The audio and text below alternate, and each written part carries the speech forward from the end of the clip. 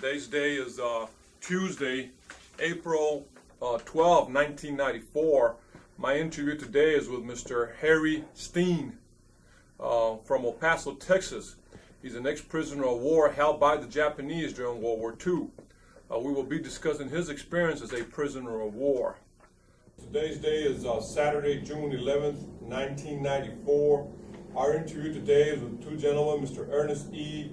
McAlpine, and he was a prisoner of Germans during World War II. We will be discussing his experience as a prisoner of war, and Mr. Charlie Smith, who was also a WW2 prisoner of the Italians, and we will also be discussing his experience. And today's day is Saturday, October 29, 1994. Our interview today is with Mr. Oscar Cortez from San Antonio, Texas. He was a prisoner of war held by the Koreans during the Korean War. This oral history interview is being done at the 1995 NAMPOW reunion at Annapolis, Maryland. Our interview today is with an ex-prisoner of war held during the Vietnam War. If you would start by stating your full name for us. Gordon Ross Nakagawa. My name is Jeffrey T. Fox, Lieutenant Colonel, United States Air Force, retired.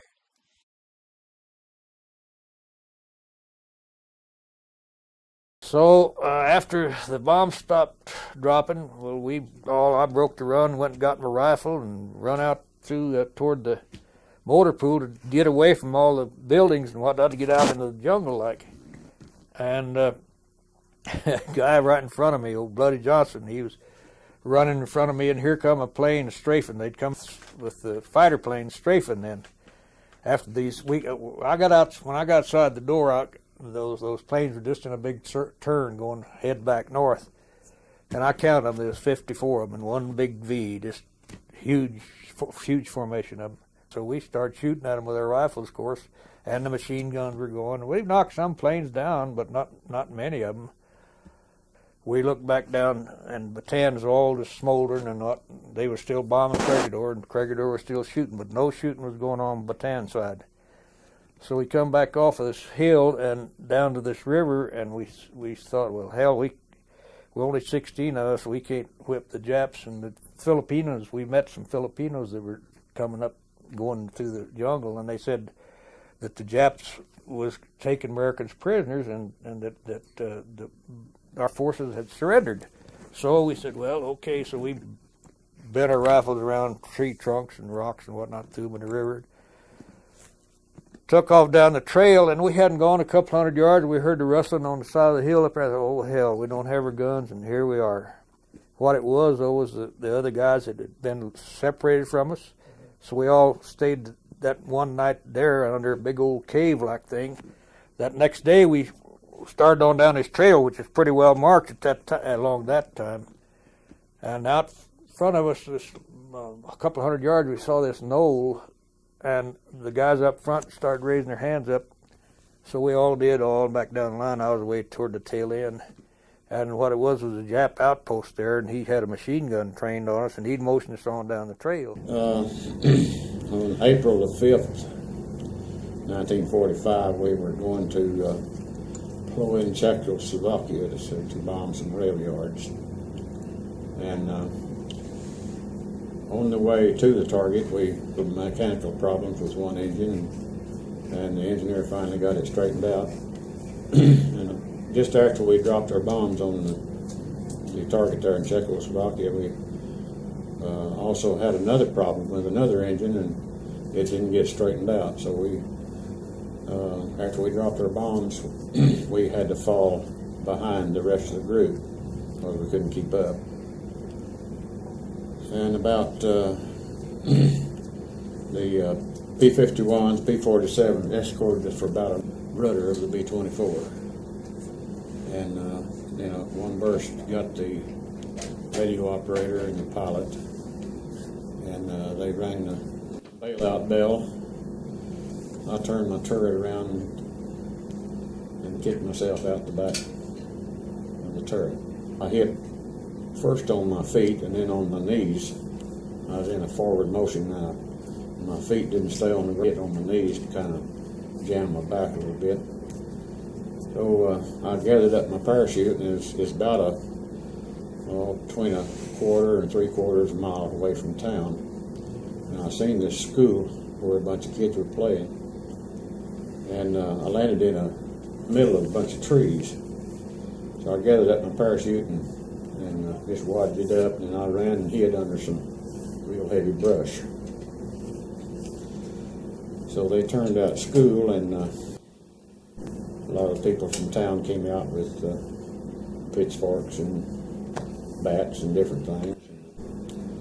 Hitler's Youth came out, and they were all looking for me, and I was laying under this brush, and I was pretty well hid.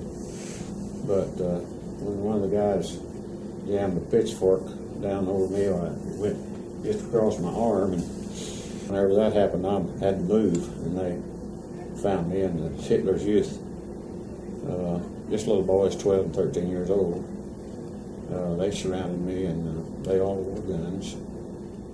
When we were captured, I was an ambulance driver, and they take us down to the headquarters. And when we sit around and talk to the German soldiers, and actually what was going through our minds at that time, I really don't know.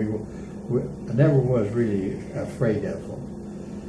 And I pulled out a package of cigarettes and passed it around to the German soldiers, and in turn they turned around and passed theirs around. And we stood there and talked about sports and this, that, and the other. Well, we were all at the Homsong River. We had been there for a few days, and then they moved the battery, or mostly the battery. The battalion went up forward also. We were so close up to the front lines that our 105s were almost straight up. We could see the infantry up on the top of the hill with the banner they had for that day, which I believe was red. It would go up and down, up and down. And well, that evening, I was on guard at my section, and some Korean soldiers, South Korean soldiers, was marching up pretty slow, going up to the top of the mountain.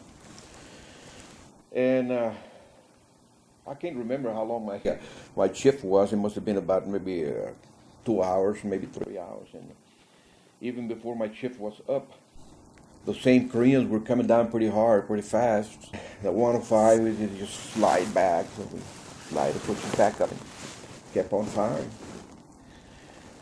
Finally, we exhausted all our ammunition, even the smoke, red or green, whatever we brought from the state. We got rid of that. And we were getting ready to leave again, and the enemy got pretty close. I would say within 50 yards from us. For I would say at least maybe 36 hours. So the drone of the chains on tires, they put me to sleep. When I woke, the truck was sitting still, no sound, no nothing. And I called for the driver to the little window there, and no answers. Being pretty dark, so I reached in there and felt, see if they were dead. I didn't feel nobody. So I got my carbine, I jumped out the back of the truck, and alongside of the bank there was a lot of people there, and a lot of people coming in from the back. And I was in stupor from sleeping, and I didn't see real well, being dark. I hollered down at the on the bank, and I asked for Chris. He was the guy that was driving, and I just noticed people, guys looking up at me. Finally, somebody took a shot at me, and I said, "Oh wow!" So I fired back with my carbine, and then I felt something hit me on my stomach. And right there and then I knew it was a grenade. So I crawled underneath one and said, look around, and I heard some GIs talking. I kept on listening. And I felt somebody pull me out of from underneath there. I was playing dead all this time, I didn't know what was going on. The first thing they did was see if I had a watch. So I just laid there. They took my carbine. And I just laid there, and later on, Another guy came over and searched me. We had survival radios, and when Ken Higdon landed, he immediately broadcasts that we were both on the ground. He had landed before me. The usual routine in A6s is the BN goes first. Right. He had to race to do that, but he had ejected before me and landed slightly before me. And he was able to observe my descent into the rice paddy. So he reported that on the radio. As doing that, I was taking out my radio, and I could hear him making the broadcast both on the radio and orally, directly from the sound. So I knew that we were very close together. I carried a pistol I had confidence in, and I carried a backup pistol. I offered my backup pistol to Ken Higdon, who was not carrying one in case he wanted one for self-protection. Sure. And we decided that his best course of action would be to submit to capture and request medical assistance, hoping that that would be that request would be honored. It turned out that it wasn't honored very well. But I told him that I felt I had an obligation to continue to evade, and that I intended to do so. He felt like he wanted me to stay with him, Right. and he said that no, he thought he could handle it, and he agreed that it was proper for me to evade. And that was probably the most difficult part of the entire experience, was leaving Ken on that dike while I continued to try to evade. I thought I might be able to reach the water before the searchers found my location, and that I could take my raft, which I had kept with me, Right. and place it inverted, and then paddle out, knowing that we had placed a lot of mines, a lot of DST 500-pound mines that are with magnetic fuses to reduce the traffic going across the beaches and through the ferries, mouths of rivers and ferry slips, etc. We had placed a lot of mines along the major waterways, and I wanted to be able to safely transit, and if one of those mines, if I were to activate one of those mines, that hopefully the presence of that life raft would absorb much of the pressure of concussion.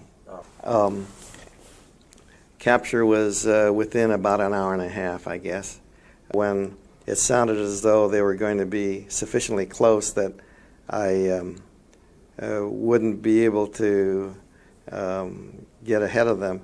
I decided to stop near some large clumps of mud and try to submerge myself to have the search lines pass my position before I would resume my travel. But one thing you recognize in retrospect is that when you go through a rice paddy, you leave a very muddy trail of muddy water that's very easy to see. So when that muddy trail stopped, and the search lines reached my position, 3 or 4 militiamen who were with the villagers. There must have been thousands of villagers out searching that night. But the 3 or 4 militiamen came out from the search line and surrounded my position in all 4 directions. My assistants, but I could see Iraqi soldiers coming, and they were telling me to keep my hands up. And you could look over your shoulder and see the Iraqi soldier yelling, get your hands up. And he was motioning for me to get my hands up. I ignored that and kept running, and I kept talking to the aircraft. They told me, hold on, we're coming. In the meantime, the Iraqi soldier stopped, took out his AK-47 and fired at him. You could hear the bullets. And then you could hear the bullets going over your head. Wait, sweet. If you've ever been to a firing range, you know the sound that makes. So I stopped. The aircraft continued to come to my assistance, asking information. The Iraqi soldier continued to get closer and closer, and finally, the Iraqi soldier got there first, and I was subsequently